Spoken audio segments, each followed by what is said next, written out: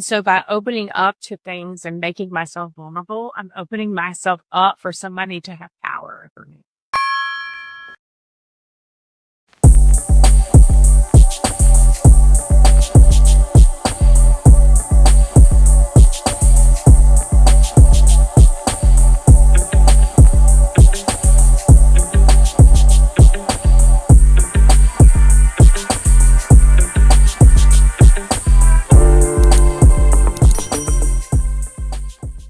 One thing we don't talk about enough is silence. This is Artistry Unplugged, and I'm Deniz Me'chel. Let's unpack that through art today. And sitting here with me today is Dr. Maria Knuckley Robinson. Please give a warm welcome. Thank you. Thank you for coming onto Artistry Unplugged, and we really appreciate your presence with us today. And we're just going to keep it light, and we're just going to run with it. All right. When did creating start feeling personal? So personal creation for me has always been a part of my life. I started as a dancer. And so creation for me wasn't always visual, as in visual art. I sang, I danced. I've always been in the arts community from top to bottom. I worked in nonprofits almost my whole life. Even when I was in college, I worked for a nonprofit arts agency. So I've always been creative in one way or another. Mm-hmm. So I think it's always been existing. When I started to really look internally about creativity and see myself as an artist was really when I came to Winston-Salem. Mm-hmm. So it's been almost 12 years. And that's when I really started to see myself as more than just an educator. I also was an artist. And I would probably say at this point, now that I've finished a master's degree, that I would say that I'm an artist first and I'm a teacher second. Well, before I would have said teacher first. And artist second. Mm-hmm. Mm-hmm. How long you been teaching? So almost 30 years. Wow. Mm-hmm. Yeah. That's a long time. You must really enjoy it. That's awesome. Now, in your classrooms, what specifically do you teach your students as far as the art spectrum of it all? Something that came up just the other day that I thought was interesting is I had students in a room, and some of them were students who had not had me before, and some were students that had had me. And one of the students that I had had a couple times before explained to me, because people kept asking questions and saying they didn't understand things. And finally she said, "You have to understand, Dr. Robinson, we're used to teachers that dictate exactly what we're supposed to do. And you don't do that. You give us a prompt and you expect us to decide on our own what to do." And for some of us, that's really hard because we've never experienced that before. We've never been asked to just think and to give your own opinions about things. True. It's always been, I have things I need to teach you. I'm going to give them to you and you need to like regurgitate them back to me. It's never been about us expressing ourselves and finding out what we feel about these things. And that's how you teach. And it is. For me, it's all about the student. It's all about individual relationships, which that's what I needed. That was what changed me and made me see art as something that I had in the artistry that I had, was when I finally stopped trying to replicate what other people were doing and started to find something that was my own. And so for me in the classroom, that's what I want to give to my students at an earlier age. And honestly, I think it's possible from kindergarten on. Really? As a child, you can give the power to be able to express themselves, and they don't have to just follow what you do. They just don't have to. They don't have to. No. And I think in education, we teach them that they do. Yeah, I was going to say that. They parents. Right, and right. Parents are not what creates leaders. I think they start that early with us. Yeah. It's like, yes, follow the leader, you notice all that. And that's a big part of education history. When you go back to like Hull House and, education was started to give people a place to teach them how to work in the factories better. I mean, that's what we wanted. We wanted workers. Right. That's what school was for, was creating workers. Wow. Yes. When did art shift from making to holding on to something for you? So at first, I think it was about the making. And it wasn't about copying making. It was about figuring out what I wanted to communicate in the making. it wasn't until I realized the underlying structure and Mm-hmm. foundation of why I was making art that I think that that happened, that it was Wow. something that became more than just creation. Um, because, and that was the silencing. Realizing that the work I made was about feeling silenced and wanting to express myself and communicate something specific. Mm-hmm. Instead of it just being about communication, I wanted to communicate that women don't have to be silent and that we can create, we can talk, we can change our language. We can change our written language, our visual language. And that's, we need to, we have to. If we don't, then we keep getting pushed to the back. We True. keep getting overlooked. Mm-hmm. Because we accept it. Mm-hmm. We accepted that silence. Mm-hmm. That goes back to the system again. Yes, it is. We let people put us in situations where we feel like we have to stay silent, to be wanted, to be needed, to be included. Yeah. And there's a penalty. And I felt it. Mm-hmm. By unsilencing myself, I've had to pay the price. Yeah. You know, even in grad school, I'm a A-type personality. I like my A's. And there were a couple classes that I didn't get No. the A. I got a B plus. And at some point in the pathway with the critiques and them telling me to do this and to follow these formulas, I finally was just like, no, it's worth it to me to be able to speak and take the B plus. It's not the end of the world. No. And I had to just accept that. That's hard for an A-type personality. Yes. Yes. So, but it was worth it. And the more I look on it and the more I like teach my own students, the more I try to make sure that I'm not punishing them for speaking. And to be grades often can punish for speaking. And so I try really hard not to be the teacher that gives you a B plus because you chose to do something different than I asked you. Wow. Is that kind of like an art to speaking and bringing it out? Is that kind of?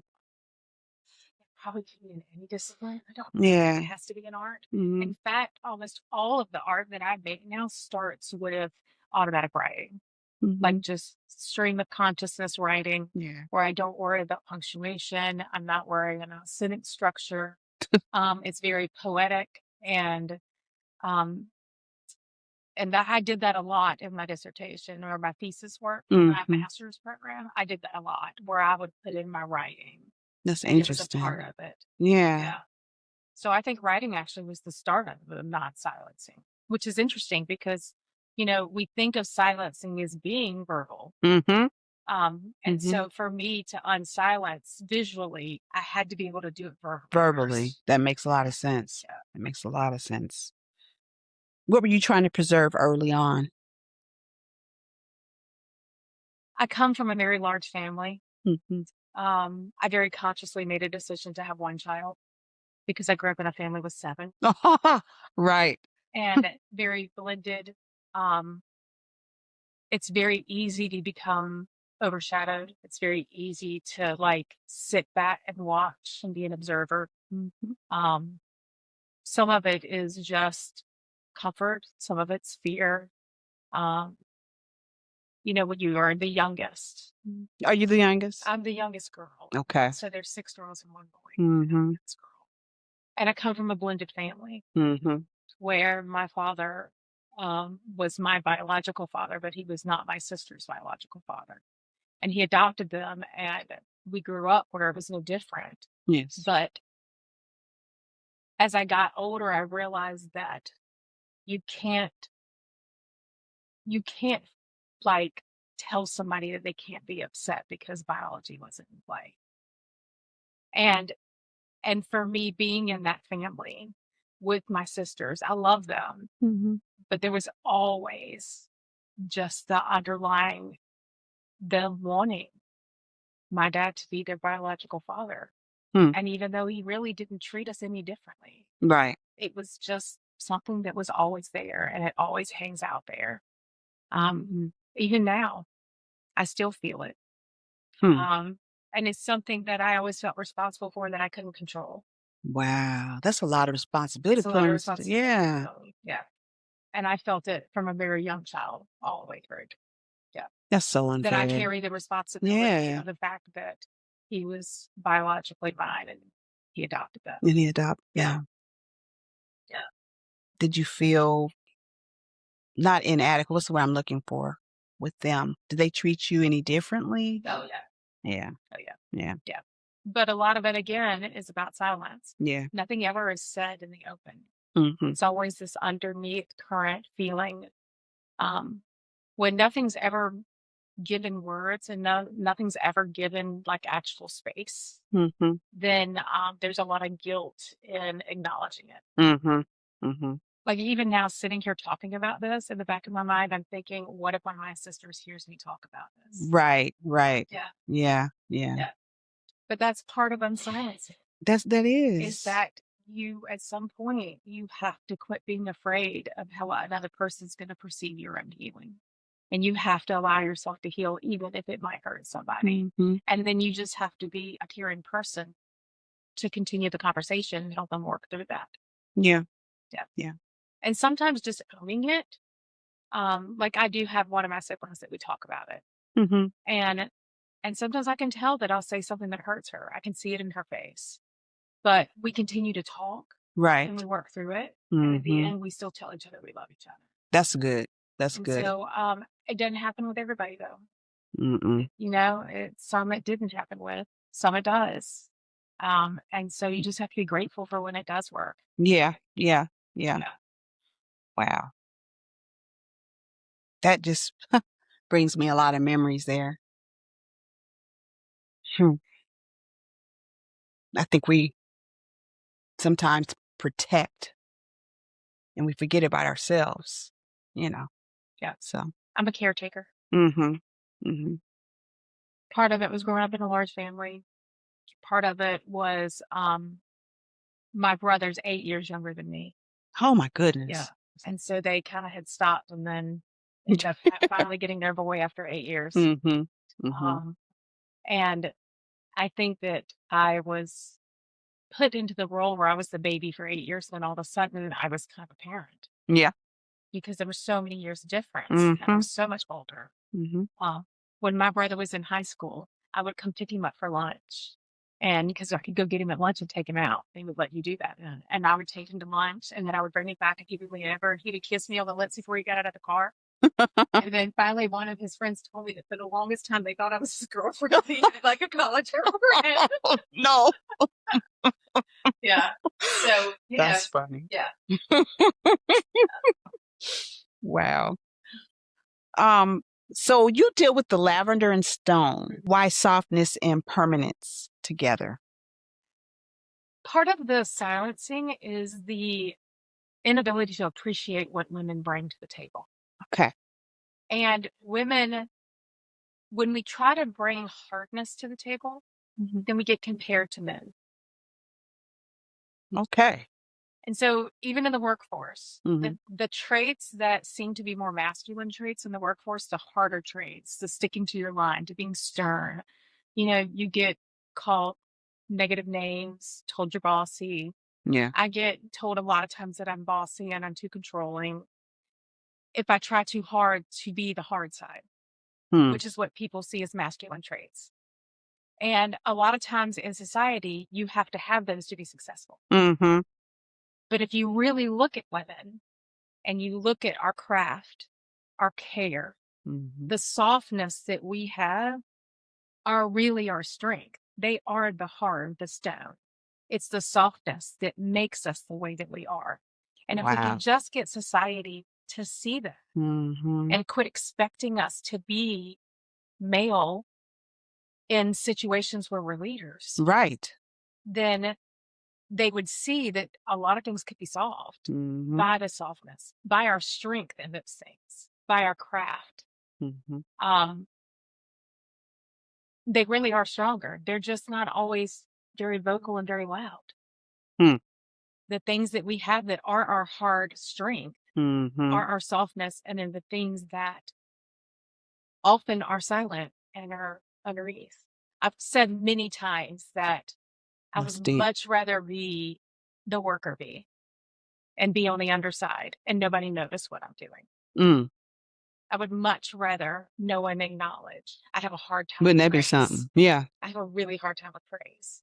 And I think that part of that is being a female. Yeah. I think females, we have a hard time with praise Mm-hmm. because we don't trust it, especially if it's coming from a man. When men praise us, we're waiting for what the expectation is that we give in return for the praise. Wow. Woo. Okay.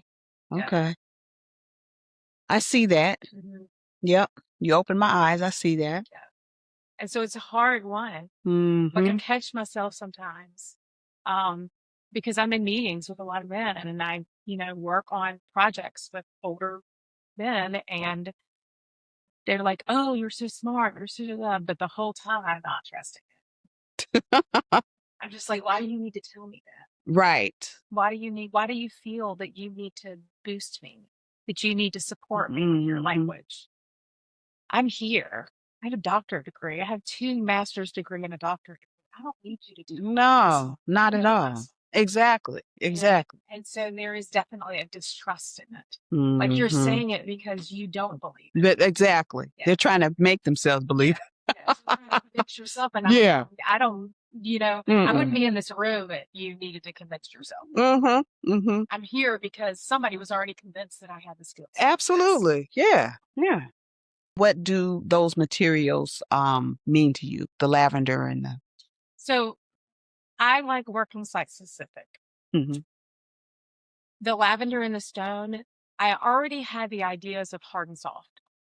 I went into my thesis knowing that I wanted it to be about the hard and soft. And I wanted the softness of women to be the strength and to be the hardness. Okay.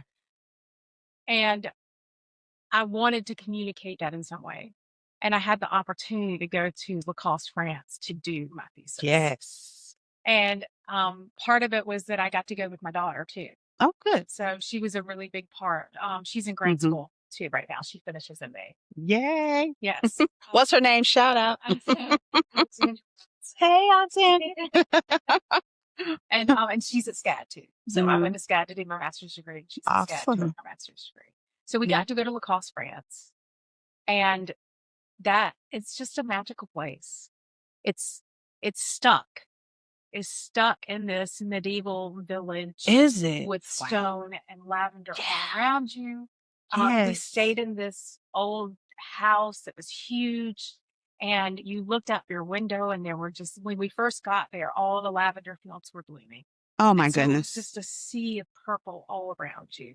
Beautiful. And then the buildings were all made of that orangey yellow stone. All the buildings are made that way. They all are the same in the south of France. Really? So you're just, you can't help but be affected by the stone that you're touching and you're feeling, and the lavender that you're smelling. So it's all this encompassing thing. All your senses are a part of this stone and lavender. And so it was really, I had been there for about 3 weeks. That's a long time. Yes. And I mean, it was a 10-week program. So I had been there for 3 weeks and I was just like, something's pulling at me and calling me to do something different. And so my thesis, I had written most of it before I even got there. I changed. Did you really? The title. I changed how I was communicating things. No. So it really, the place itself fed what I needed to do and what I needed to make my work about. Wow. So that makes a difference, the place? Yes. Okay. And I think that too, one of my professors, Steve Knudsen, that's at SCAD, he's fabulous. When I was writing the thesis, he told me, he said, I just don't want you to be too stuck on this. I want you to know that when you get there and you're in the place, that you need to be open to whatever needs to happen. They might need to change. The things that you think are going to work may not work once you get there, because right now you're just guessing. And you're going to be there, and I want you to stay open. Yes. Change. Yes. And so it was really, really good advice. That's great. And so I got in the space and I just immersed myself. You ran with it. And I ran with it. Ooh. Yeah. That was a good thing though. Wow. So you discovered the lavender and the stone. Yes. All around. Awesome. Yeah, yeah. Now, when you're working with memory, what does that feel like in your hands? Because to let the viewers get an idea what that's like. I'm a very tactile person. Okay. And I think that's one of the reasons I got a lot of resistance for using 3D printing in my work. Mm-hmm. Being in a traditional painting program, they wanted you to paint. Mm-hmm. And I was designing things on the computer and printing them in 3 dimensions and adding them to my work. Yeah. And some of that seemed cold to them. And they didn't understand how I was connecting it. But for me, it was the tactile. Mm-hmm. It was taking something that most would paint and give 3-dimensional illusion, Yes. but not really 3-dimensional touch and feel. Mm-hmm. And for me to bring memory, like I'm a hoarder. I keep everything. Are you? Okay. Okay. I do. I have a really hard time throwing away anything because I pick up a shirt and it's got a memory attached to it. Like everything has a memory attached. True. Yes. So for me, memory has to become 3-dimensional for it to be real. Okay. Okay.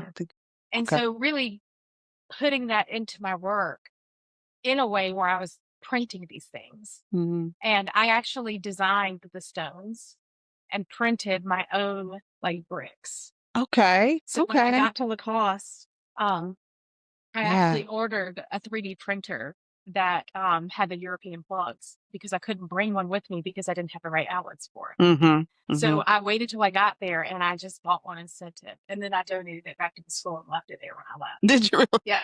Okay. Yeah. Because it wasn't going to be any good. No. European plugs. Mm-mm. And so every night I would go in there and just print blocks. And I printed lots of blocks and they became a part of my work. And I started painting them to blend in with the canvases. But it definitely, memory came out of making something out of it. Installations. Not just a painting of a memory, but a memory that you felt like you could immerse yourself into. One of the pieces that I did is about my sister Terry. My oldest sibling died of a drug overdose. And we had to go clean up her space. And her mattress was in the space. Okay. And we had to take the mattress out. Oh, yeah. I remember. Yes. Okay. And so I had made a piece with the mattress.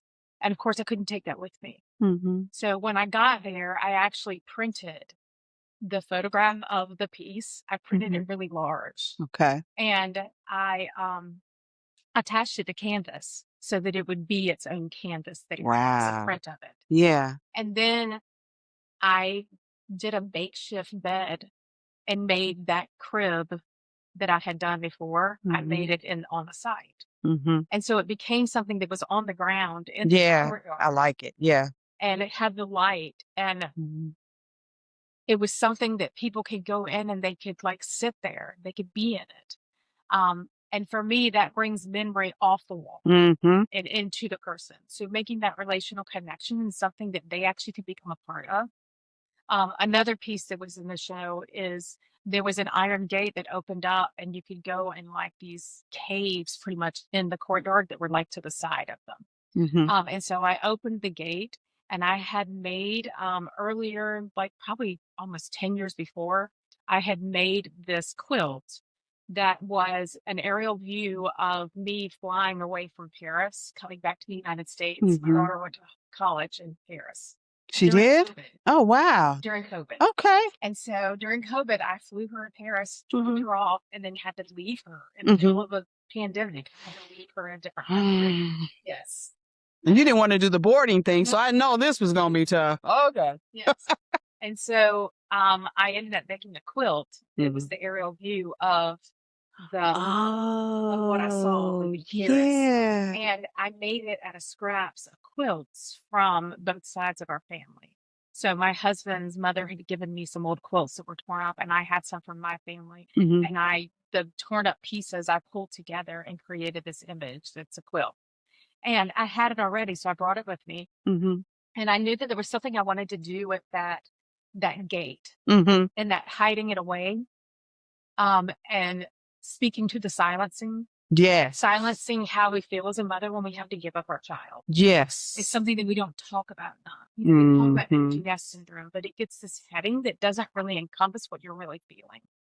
And it's pretty devastating when I like to this day. My child's almost 24 years old. And when I leave her in Atlanta and have to drive back home, I cry for the first 30 minutes. Do you really? Yes. Every time, huh? To this day. Yeah. Separation from her hurts me. It hurts. And so hanging that quilt about separation and then putting this gate in front of it where it was about separation again, but I had it cracked so the viewer could open the gate. Yeah. And they could see into the quilt. So then they became a part of that story because they could manipulate and put themselves in it. Yes. And so those kind of things were really about bringing those memories into a space where somebody could experience them too. And could relate to them. Because I could make work about me all day. But that's not why I make work. I don't even really make work to sell.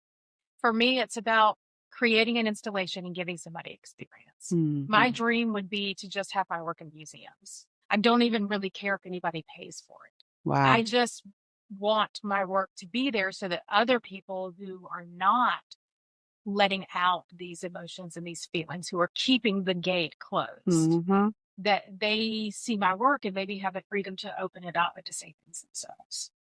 Yeah. That comes from deep down within for you. I love it. This is, oh boy, that's like one of them. I want to be silent now. No.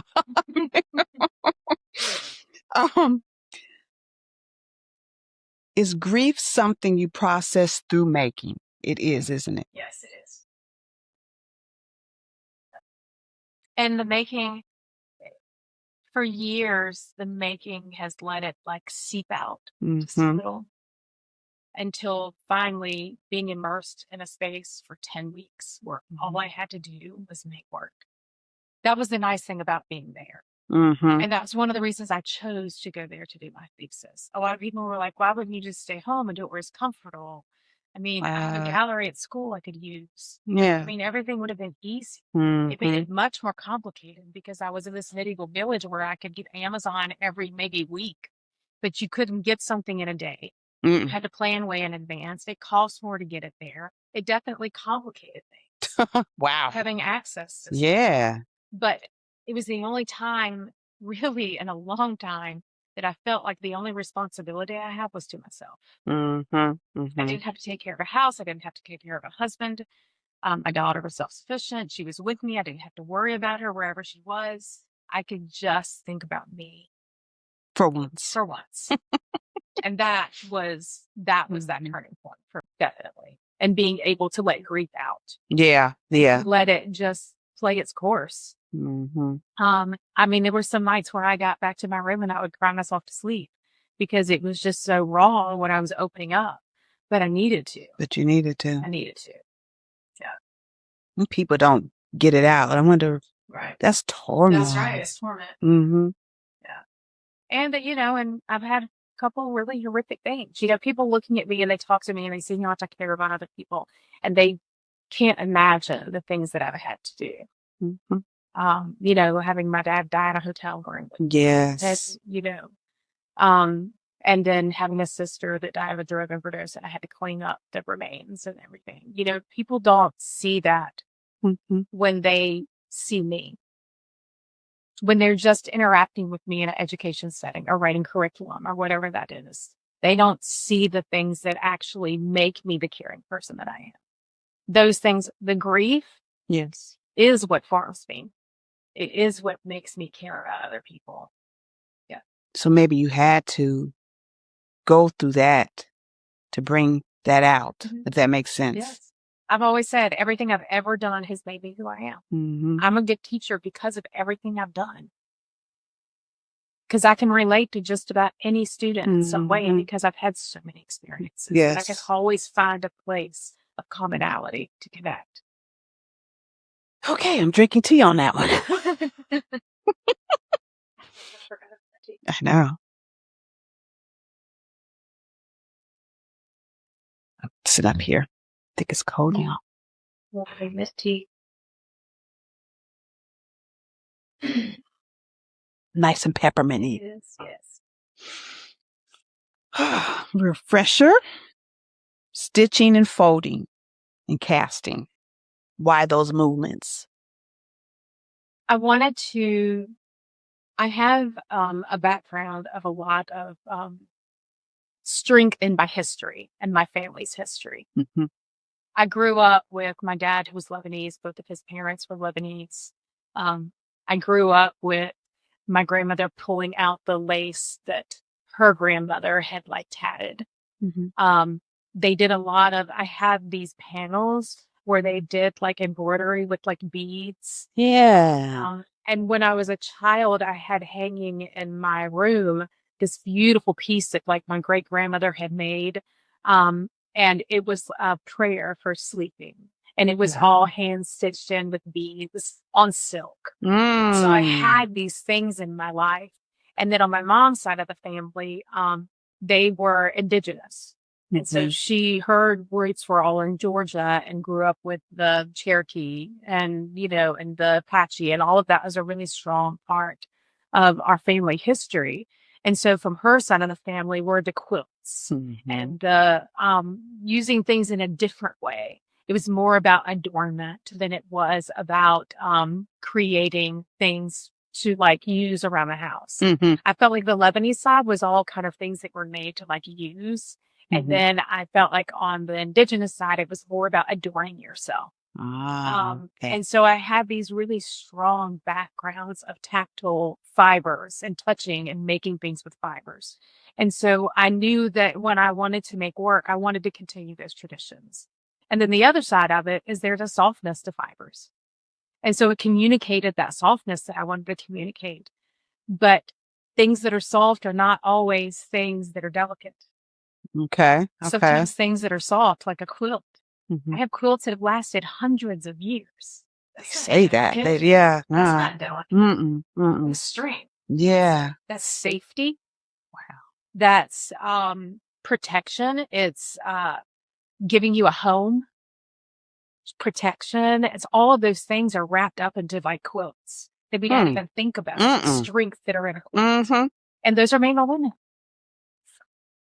Yes. And so women have been providing that part of life through fibers for a really long time. For a very long time. It's a very strong part of, I think, femininity and women. Yeah. I mean, even if you think about Judy Chicago and you think about a triangle where she did the artwork in the triangle and she represented all of the like strong women in history. She made these like table covers. It was fibers. That's what it was. It's fibers, clay. It's that blending of those two things. Wow. Yeah. Wow. When did you realize those small gestures carry power? The first time that because I always write to go along with my work. Yeah.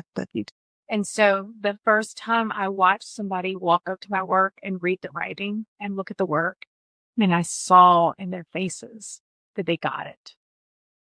And there was a strength in that. There was something in, so often we try to communicate and we fail. We try so hard to get somebody to understand our point of view or where we're coming from, and they just don't get it. And you can see it. You can see them just not connecting. And so the first time I started like really putting work out there and not just making it for myself, but putting it out there for other people to see and seeing the connection that somebody looking at my work made. Writing something, when I started writing my thesis, I started with a poem that my sister Terry had written. And that's where my thesis starts. It's the opening of it. It's not hers, it's hers. And the first time I was in a class where we were reading aloud our stuff to kind of edit, and I read aloud and then no one edited anything and they were just really quiet. And then I realized there were people crying in the space. Oh, wow. And there was something about that, just that affirmation that what I was trying to do was successful. And it was happening. And then there was an excitement and an encouragement. We made you want to do more. Yeah. Keep creating. Yeah. Keep creating. Yeah. Wow. Do you feel like you're protecting something through that work? I don't know that protection is what I feel. In fact, often I probably feel like I'm not protected in it, but it's worth it. I think it's worth it to be vulnerable, Mm-hmm. to maybe not feel protected at all times. It's a risk, but I think it's a worthy risk. And it makes me want to keep doing it. Mm-hmm. And not only for me, but I mean, I teach at a women's college. I Yeah. have a daughter. I feel like I have to take that risk. I have to make it okay for somebody. I have to make it so that somebody else feels safe doing it. Even if I don't always feel safe doing it, like I know sometimes that it jeopardizes and judges and that. Is that the reason why, not to cut you off? Yeah. That you feel, okay. Okay. Yeah, I mean, I'm a professional. I'm in a professional environment. Mm-hmm. People are always looking for that one thing to like knock you down. They just are. And so by opening up to things and making myself vulnerable, I'm opening myself up for somebody to have power over me. Sure. But I hope that by my willingness to take that risk and to be vulnerable, that I'm setting an example, not just for the person who maybe needs to take the risk, but for the person who comes in as the judger. Okay. Maybe I'm changing them. Right. Right. I didn't think about that. Maybe I'm making them compassionate, Mhm. empathetic, to where the next person that they come in contact with that they want to silence, and not even acknowledging that they're silencing them, but maybe acknowledging that, hey, maybe my behaviors are silencing this person. Mhm. At least they'll be aware. At least they're aware. I mean, I know it's corny that you want to change the world, but No, it's not. But I've always felt that. And now I'm getting into that Piaget stage of my life where I feel almost desperate to do that thing that changes something. And I'm definitely feeling that. I'm starting to really feel that. Yeah. Piaget. Yeah. Set your developmental levels. You do. Because man, when I transitioned into wanting to like be successful in my career to all of a sudden wanting to do something greater and grander than that so that I could leave something behind. Yeah. There definitely was a shift. And that came too, I think, with wanting the master's degree. I think wanting the master's degree and being able to paint these emotions, these memories, these grief, was about me leaving something. Yeah. And art is something you can leave. Yeah. It's one of the best Sure things can. that you can leave. Yeah. Thank God for art. I'm telling you, what we do without it'd be a horrible place. It really would. Let's talk about, let's go back to France. Okay. And you said it shifted something in you, of course. And do we talk about the location? Does the location change how your work shows up? Yes, absolutely. Okay. I often, because of doing installations, it's a must. My work has to change because it needs to work in the space. The space, right? I mean, right. It has to. It has to work in the space that it's in. And it's interesting because I think that philosophy applies to a lot of things. I do a lot of community work. And I do a lot of moving place and bringing accessibility to my students in the community. Yes. And so I think that it's almost like I see every aspect of my life as an installation, and that it has to change for wherever I am. Yeah. It has to. So my art does, my teaching does, my personal life does. Depends on where I am. Yeah. That's your journey. Has working with grief changed you personally? Of course it has, right? Yeah. Oh, absolutely. I don't know though. We say that it changes me. I don't know that it changed me. I think I was always who I was going to be. I've always been this way. I think that working through grief, maybe, what's the word I'm looking for? Yeah, I don't think changes it because I feel like I was here. I think that working through the grief made it to where I could enjoy life more. So that's the change. The change is that I don't have to carry it. I can let it out. And it isn't even that I have to let it out and share it with anybody. It's that once you release it, then you feel different and you're happier. Yeah, holding grief in is not a good feeling. Not a good feeling at all. No, letting it out is the good feeling. There are a lot of secondary benefits to it for other people and relationships and all these things, but just the initial nature of releasing it is the power in it. Sure. It is what changes. Yeah. And not only that, when you hold it in as well, it mentally, physically, I mean, it's a lot attached to that stuff. You got to let it go. But I think I've always been an empath. Yeah, I think you are. Yeah. I think you are an empath. Yeah. I think I've always been. Since you was a little girl, I mean. I can feel that I was I've always, I grew up thinking that, I'm always very sensitive to other people's feelings. I'm very aware of the space I'm in and who's in it and how they're feeling. And for a long time, I thought everybody feels this way. Nope. And then I started to realize that not everybody felt that way. No. Not everybody worries about what other people are thinking all the time. They just don't. Yeah. And sometimes that's hard. Yep. To worry about what other people are thinking all the time. But again, I think it's worth it for the other side. I do that too, though. Yeah. I always try to be a step ahead. I know what they're thinking, I know what they're going to do. Yeah. And it's crazy to live like that. It really is. Especially when I'm super right. Yeah. I'll tell somebody how I perceive them in the space. And they're like, right. That's what I do. That's me. That's what I do. Yeah. What insecurity still shows up before exhibiting? Oh, I was nervous coming here. What do you think I made my husband drive me here? And I said, I don't take compliments well. That for me, that's the hard part. There's a fear of not being accepted. And there's also a fear of being accepted. It's a little overwhelming when somebody gushes over something. Yeah. And just not, when you've been hurt and you've had grief, it's really hard to trust that people are sincere and honest in what they say. So even people that are positive, it makes me wonder, why are they speaking so much about the positive? Is there something negative underneath all that they're hiding that they're not telling me? And it's just where our brain goes. And so I worry about that before I even step into that situation. Yeah. That's what we were talking about earlier. Yes. Yeah. I do the same. Yeah. Oh my goodness. Well, thank you so much for joining us on Artistry Unplugged. And I'm going to leave you with this. If you had a superpower, what would it be and why? Superpower. What would it be? So,